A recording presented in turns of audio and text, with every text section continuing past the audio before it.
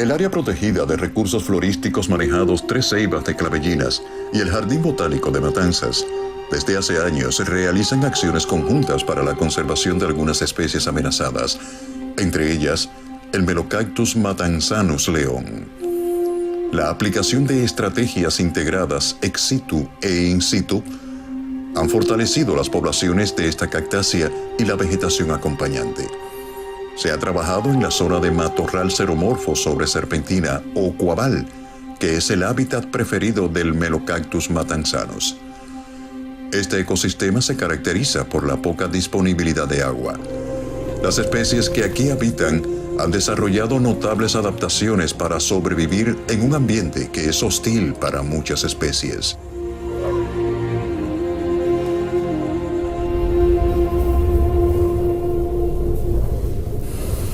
La colonización de un territorio solo puede desarrollarse con éxito si se dispone de métodos apropiados para aprisionar y conservar el agua necesaria y que además les permita realizar el necesario intercambio con el ambiente.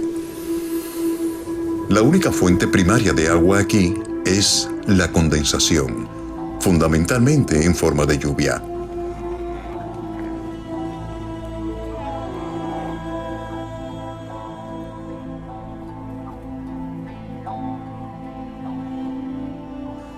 La vida aquí está influida también por los suelos con valores de acidez elevados, contenidos de fósforo y potasio asimilables bajos y muy bajos los de materia orgánica. Se identificaron 35 especies de plantas agrupadas en 21 familias botánicas y 11 endemismos para un 33,4%. Los cuavales o charrascales, como comúnmente se les conoce, son zonas de vegetación que se desarrollan sobre un tipo de suelo muy particular compuesto por roca serpentina, derivado de rocas ultrabásicas, rico en metales pesados y pobre en materia orgánica. Las plantas de estos paisajes tienen aspecto de un matorral seco con abundancia de arbustos espinosos y hojas pequeñas.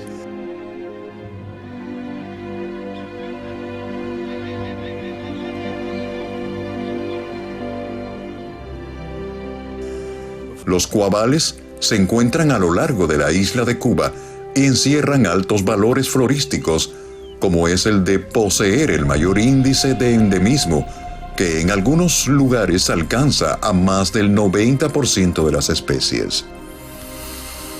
En Cuba y sobre los suelos serpentiníticos existen 920 especies exclusivas de estos ecosistemas, lo que representa la tercera parte de nuestra flora. Por ese motivo, los matorrales xeromorfos espinosos sobre serpentina o cuavales están entre las formaciones vegetales a conservar por el alto grado de endemismo que albergan. La disminución de los niveles de agua puede afectar los hábitats naturales de animales y plantas y provocar una disminución en la diversidad biológica, con consecuencias negativas para los ecosistemas y los servicios ambientales que proporcionan.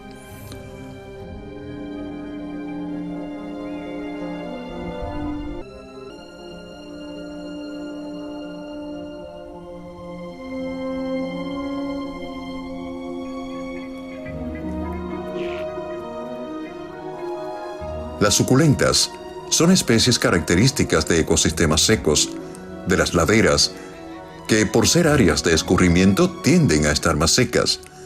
Es precisamente allí donde se establecen las suculentas de importancia ecológica. Cuba sustenta la mayor diversidad de cactus del Caribe, con aproximadamente 50 especies, de las cuales 33 son endémicas.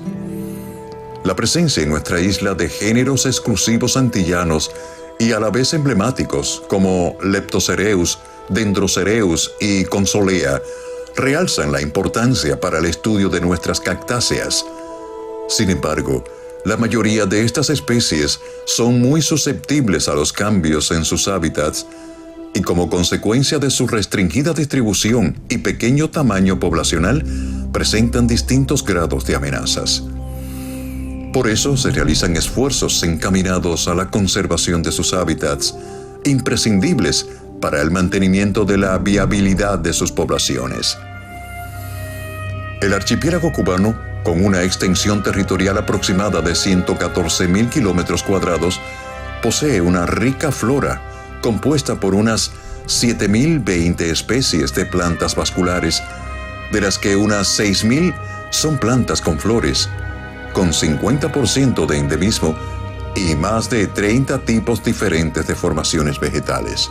Uno de los secretos mejor conservados del área es la ubicación de las micropoblaciones susceptibles al saqueo por coleccionistas y personas inescrupulosas. Precisamente hoy nos encontramos en la Reserva Florística Manejada, Tres Ceibas de Clavellina, que es una de las áreas importantes que tenemos dentro de la provincia de Matanza, precisamente porque en ella se encuentra el endémico local estricto Melocarpus matanzanus león.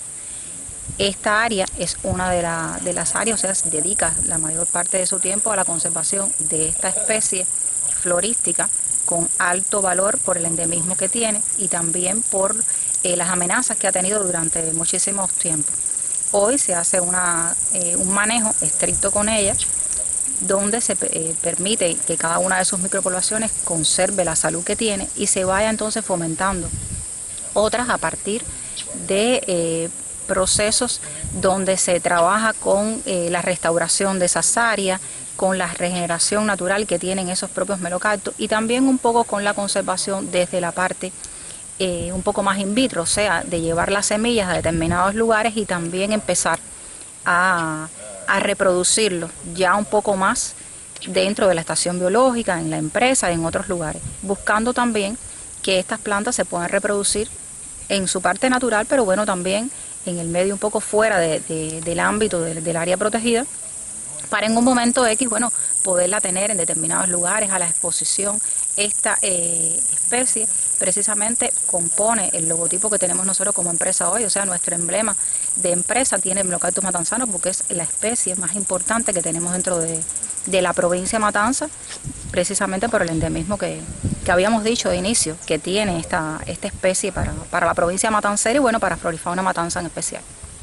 Melocarpus matanzanus es un endémico local de acá de Tres Ceibas de Clavellina, que uno de los motivos de la creación del área protegida fue la conservación de esta especie endémica local, es decir que para los no conocedores del tema, donde único la podemos ver en su medio silvestres acá en el área, por la fragilidad de su propio hábitat y lo tan sectorizada que se encuentra, la ubica en una especie en peligro crítico debido al pequeño tamaño de las poblaciones de la misma.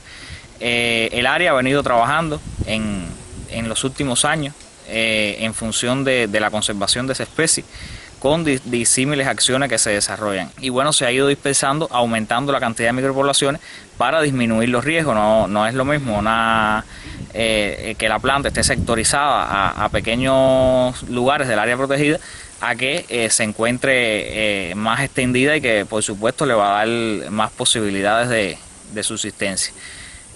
Bueno, restauración del hábitat, la propia dispersión con este trabajo que se ha venido haciendo, otros proyectos de conservación que se desarrollan acá enfocados a la vigilancia y protección del área protegida para evitar la extracción ilegal de esta planta, con recorridos de protección, con guardia por parte de los trabajadores en puntos de vigilancia.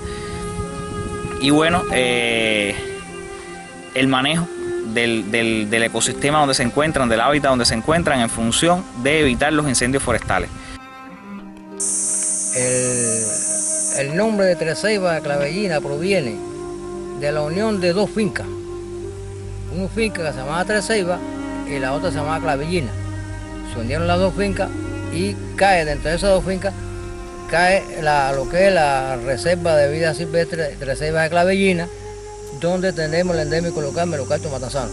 Y de ahí viene el nombre Tres Ceibas de Clavellina, de la unión de esas dos fincas. Si nos referimos a alguna de las familias interesantes de la flora de Cuba, no podemos pasar por alto el grupo de los llamados cactus, o, hablando un poco más técnicamente, a la familia y representantes de la familia Cactaceae, que todos conocemos realmente por sus formas tan variadas y digamos flores muy vistosas, que tienen además la particularidad de crecer en áreas naturales, en regiones muy singulares, dígase en regiones donde son mayormente desérticas, ¿verdad?, en lugares bien aislados o intrincados en algunos casos, independientemente de que las personas desde hace mucho tiempo también cultivan algunas de estas plantas y digamos que se conocen por la mayoría de las personas por muchas especies, algunas cubanas, pero la mayoría exóticas, que también se acostumbran a tener en colecciones o sencillamente en parques y jardines.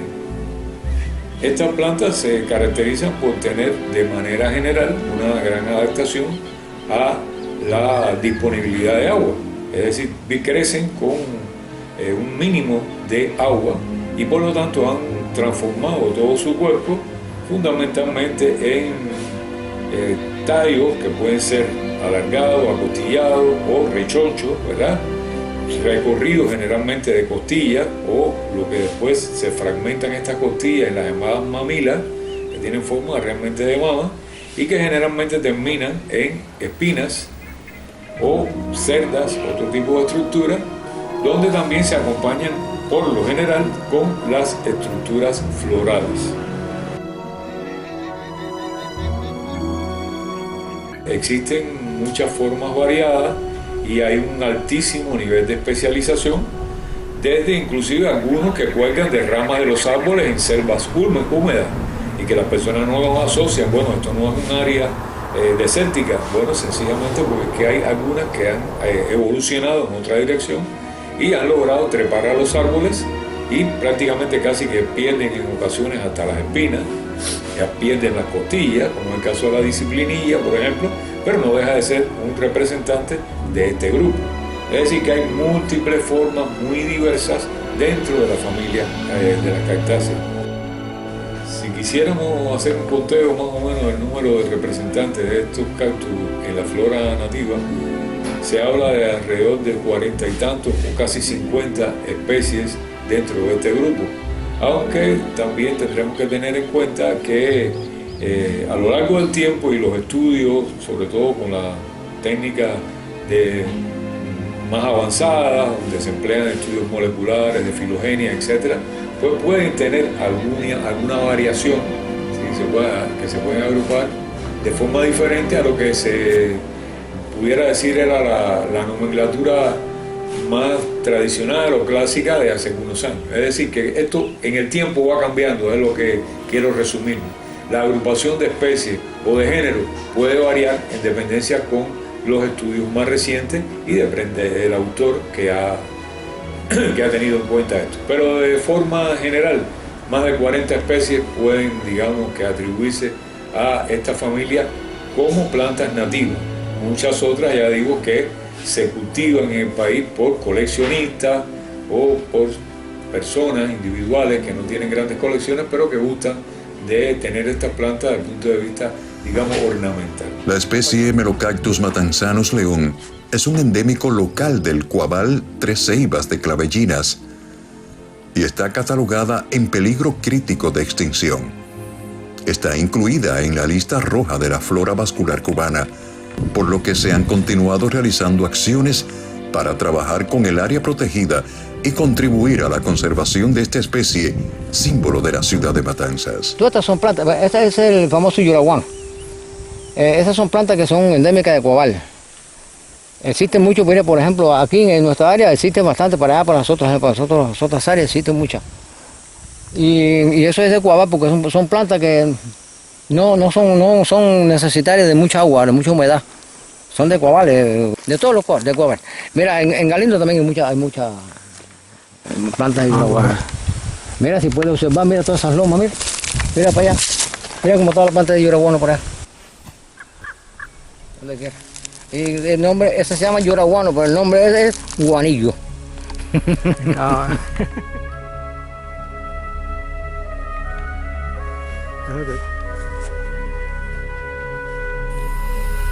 El objetivo general del trabajo es contribuir a la conservación del Melocactus matanzanus león mediante estudios de propagación y cultivo a partir de las exigencias de la especie. Además, Se monitorea el estado de las poblaciones.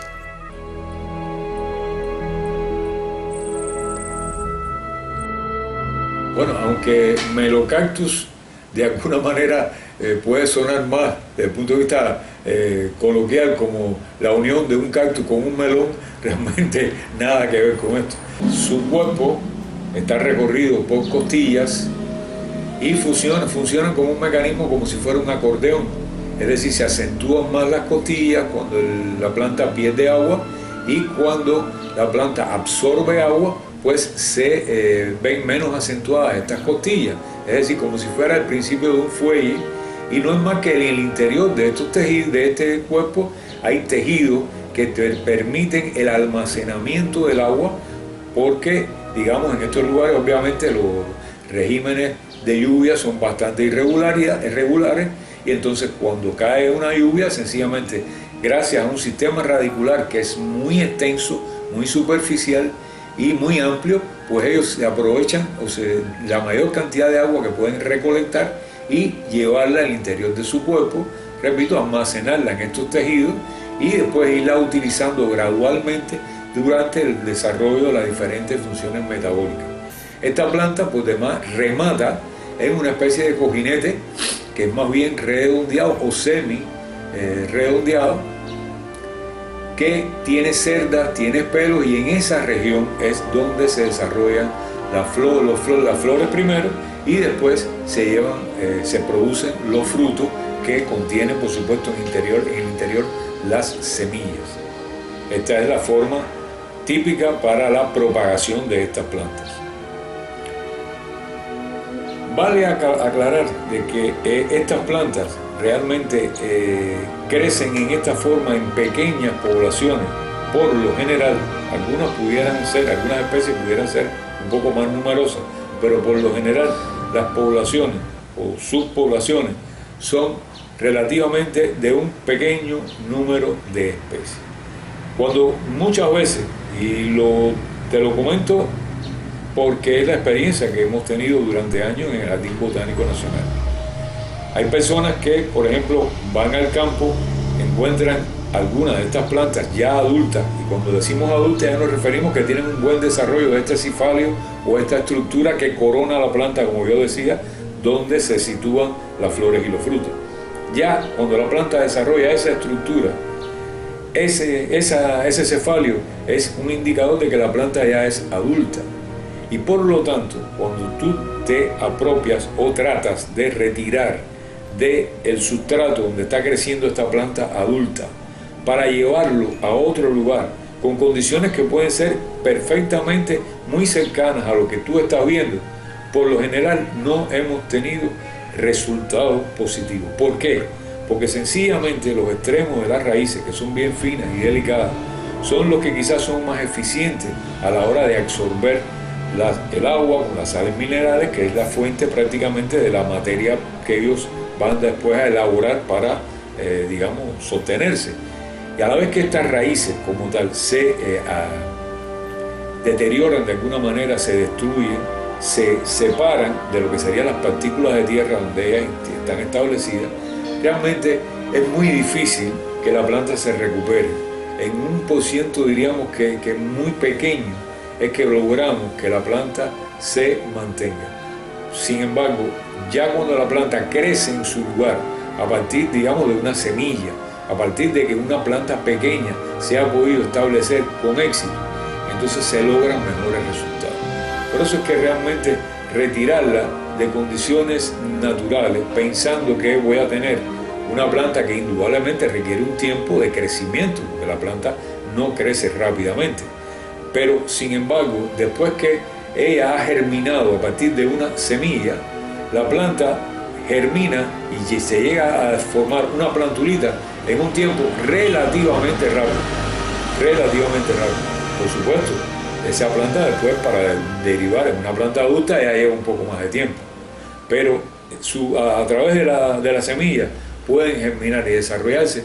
La experiencia que tenemos nosotros en el jardín es con bastante eficiencia y germina un buen número de semillas. Es decir, devienen de semillas a plántulas un buen número de ejemplares. No grabes nada, porque esta es endémica de Cuba. Se llama maguey.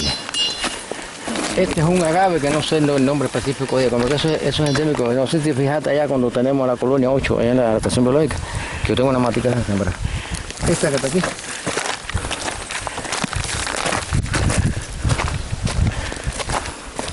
Esto es un palo de jaca.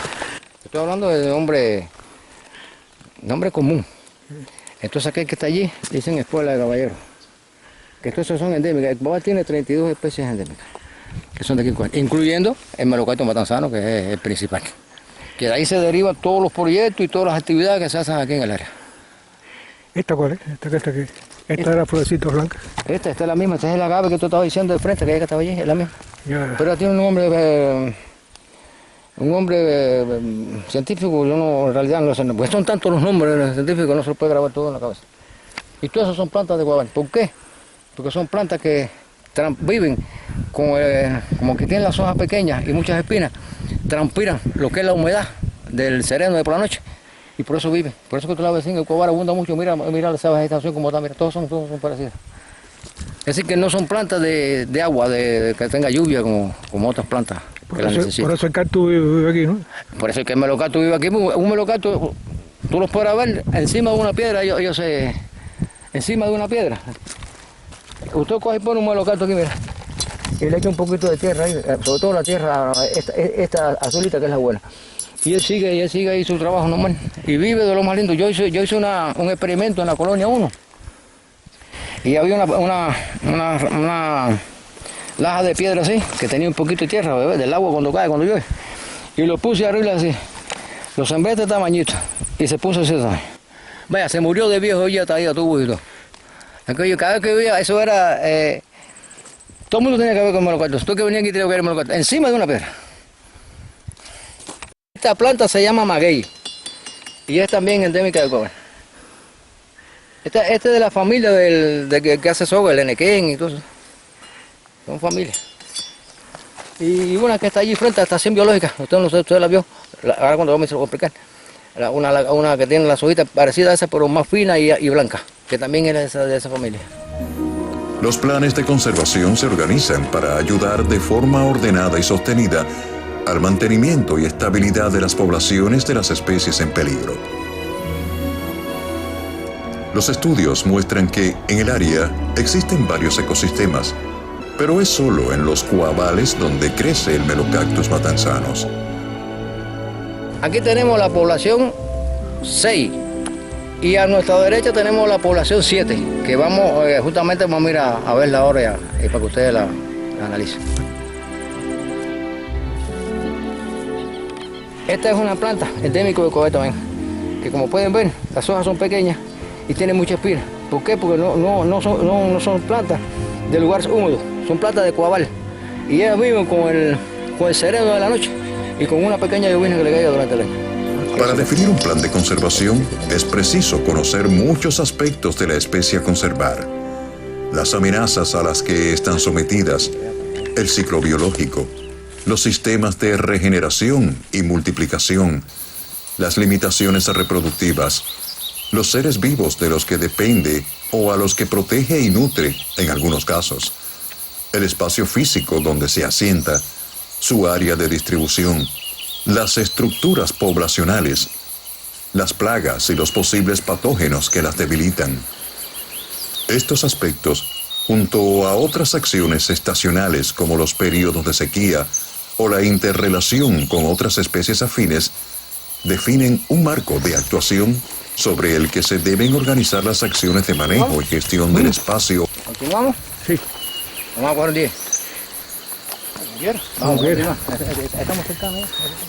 Las plantas son reconocidas universalmente como una parte vital de la diversidad biológica del mundo y un recurso esencial para el planeta. Uno encima del otro. Hable. Mira lo que yo te estaba hablando, que ellos prenden. Mira, ahí hay 4 juntos, uno encima del otro. Mira para allá, 5. 6 con el melocacto madre que se encuentra abajo. Como les decía, este que se ve aquí es la madre. En tiempo de lluvia, Pero se humedece mucho el cefalio, que esto se llama cefalio, que son los que lo tienen los melocactus adultos. Se moja mucho, ella tiene su semilla y ese cefalio se pudre y la semilla se abre y abre en la cabeza, es decir, en el cefalio que viene siendo la cabeza del melocactus. Y por eso sucede esto. Otras ocasiones es que nacen muy juntos y se estiran y salen uno al lado del otro, porque no tienen capacidad para reproducirse.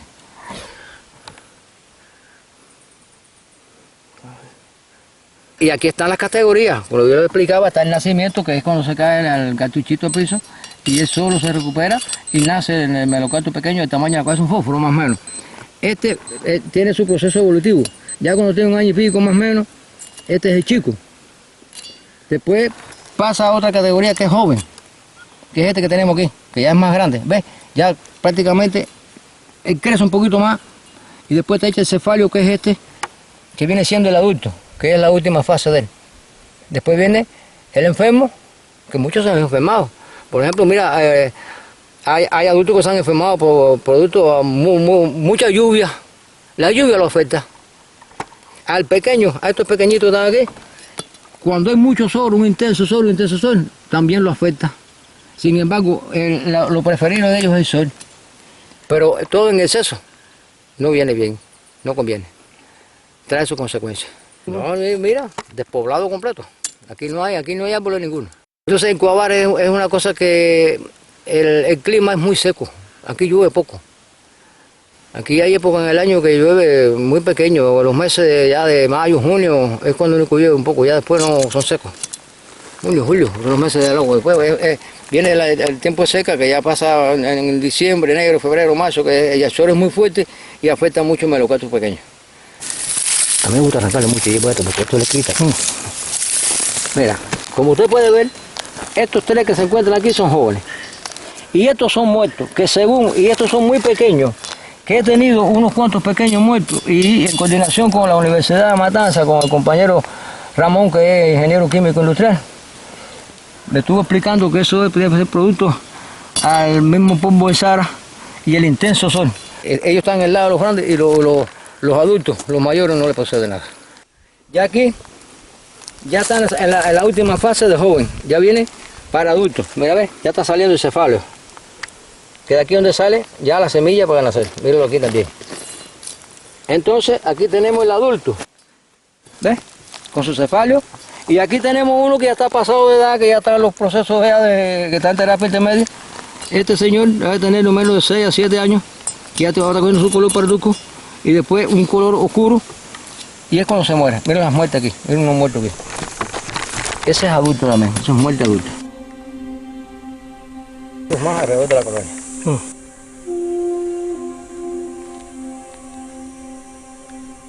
Lo que duran son como 6 años, ¿no?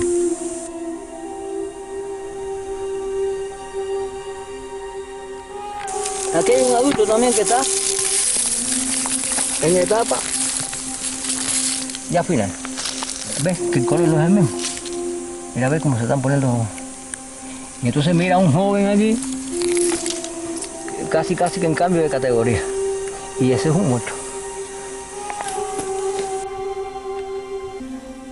Mira, aquí tenemos un joven ya transformándose en adulto. El cefalio está pequeño, el cefalio crece más. El cefalio coge hasta 2-3 centímetros de tamaño.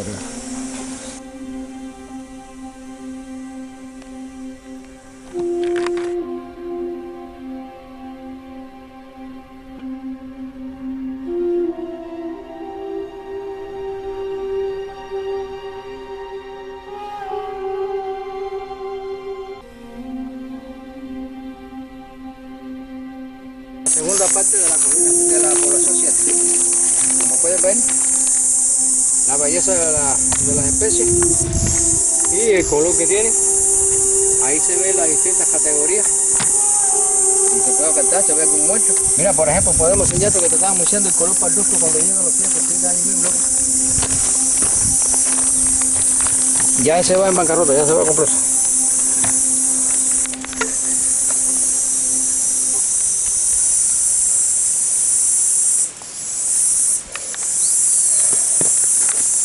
Ve que todos son pequeños, que a los grandes no le pasa. Mira, ve que son pequeños, mira. Ve, viste que son pequeños. Esos grandes son muertos por... Dicen que el polvo del Sahara, mira aquí, mira, me están diciendo los especialistas. El polvo del Sahara les afectaba mucho, más eso, como son pequeños, no tienen para responder a la temperatura y a la química que le está cayendo arriba. Mira, ves que todos son pequeños, mira. Al grande no lo subió, esto no es un video viejo, mira, tiene ese fallo. Y a este tampoco le pasó nada.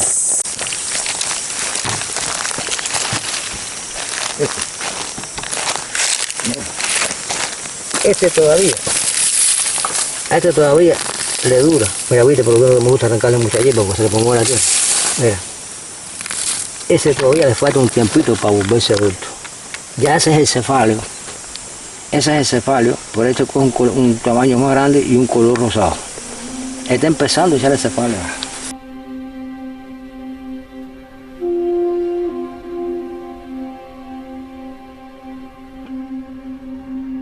Tenemos lo que es el programa de Melocactus matanzano con sus actividades, que es eliminación de hierba, control de población nacional, análisis patológico, no siempre, no son todos los meses, pero bueno, siempre en el año son 3-4 veces. Y ahora tenemos uno que se llama propagación de la especie. Nosotros estamos haciendo en las colonias, lo estamos haciendo in vitro en las unidades, que ustedes lo pudieron ver allí, in vitro, en eso que usted vio allí, en los pomos y las cosas, se dan muy bien.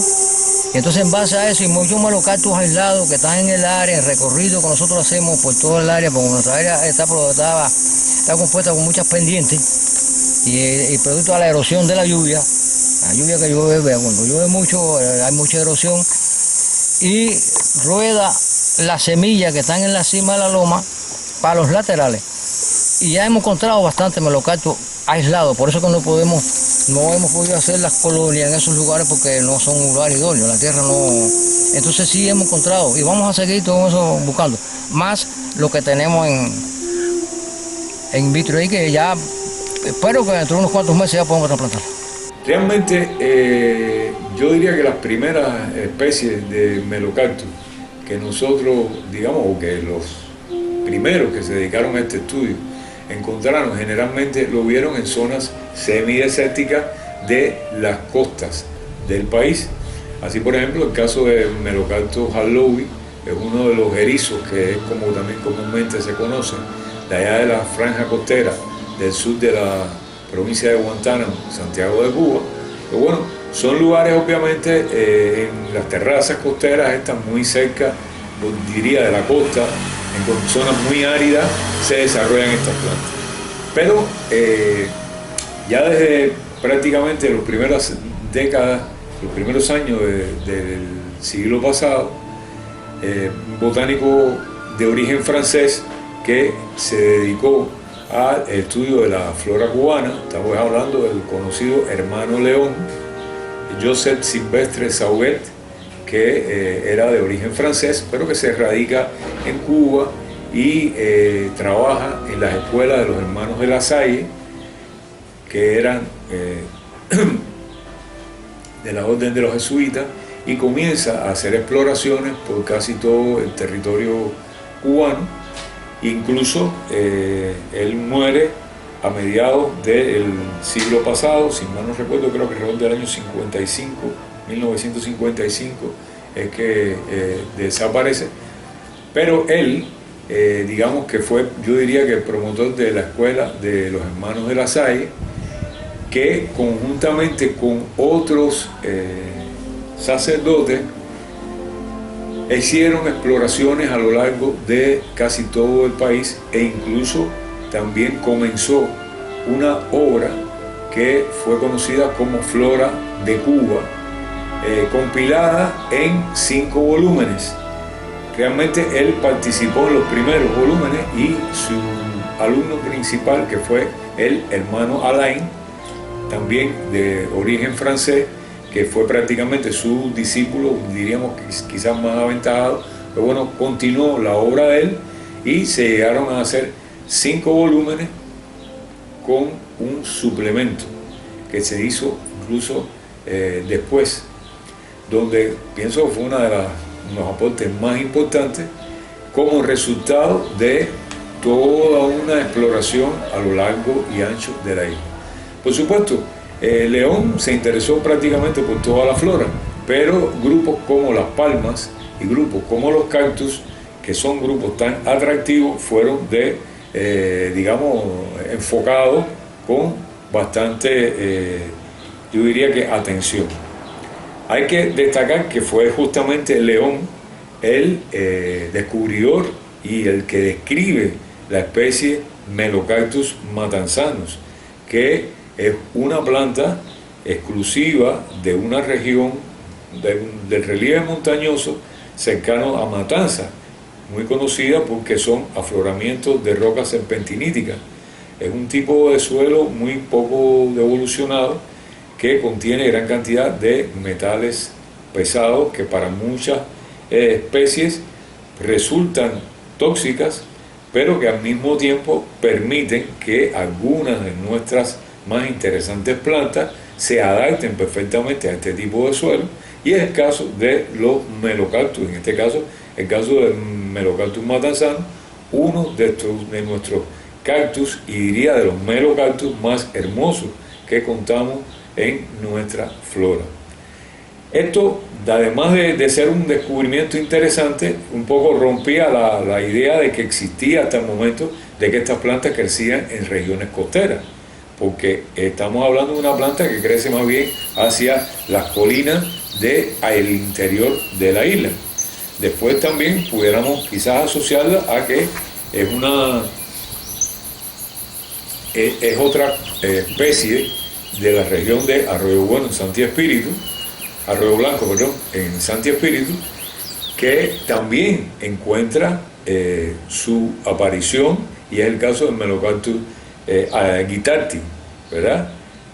También León es el que describe esta otra especie, y son, digamos, dos de las especies de melocactus bien interesantes de nuestra flora, vamos a decir cactológica, por ubicarlo dentro del grupo de esa familia. Bueno, por lo general, desde mi punto de vista, la conservación es una tarea que debe ser permanente, porque los riesgos siempre, digamos, que van a irse incrementando. Por lo general, digamos, lo más interesante es poder, para estudiar estas plantas, por lo menos identificarlas, conocer sus áreas de distribución, y tratar de alguna manera, por lo menos que sea, de reservar algún área donde, digamos, el manejo que se haga sea un manejo acorde que mantenga la sostenibilidad de la especie. Es lo más indicado.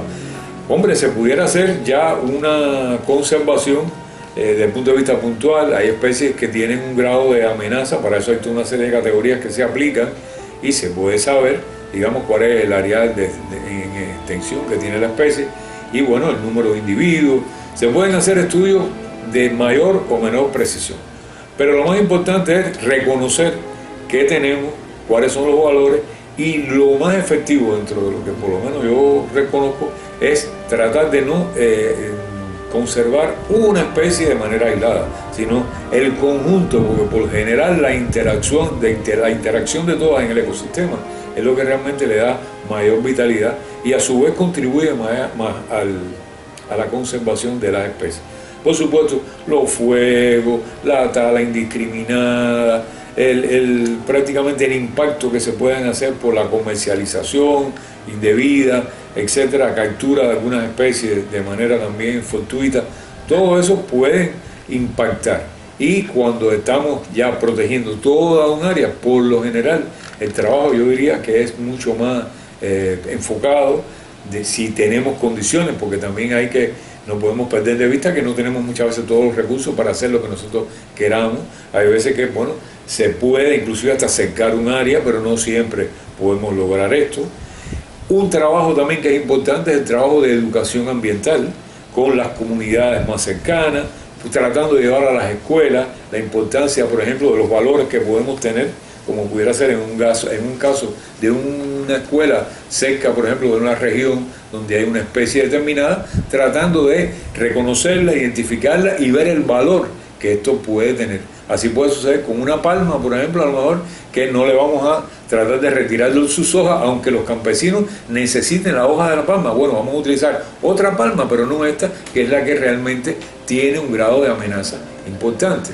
Pero si no lo conocemos, realmente tampoco no sabemos qué es lo que vamos a conservar.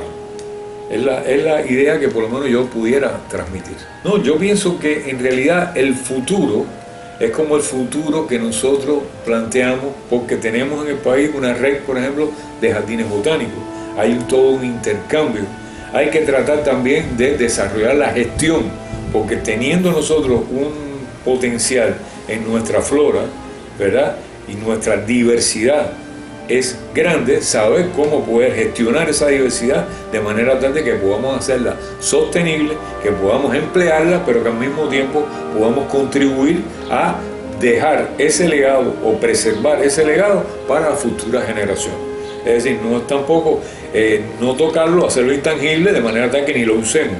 No. Vamos a necesariamente que usarlo, pero vamos a tratar de usarlo de la manera más racional y dejar de alguna manera que sea también de conocimiento y estudio para la futura generación.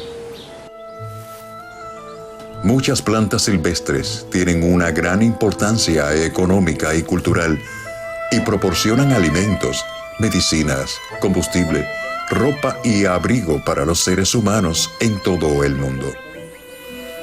Hoy, los jardines botánicos y la red de áreas protegidas constituyen una herramienta de gran utilidad, además en la educación para la conservación, espacios de recreación y aprendizaje relacionados con la biodiversidad y su conservación. Así ocurre con el Melocactus matanzanos, especie protegida y símbolo de la provincia de Matanzas.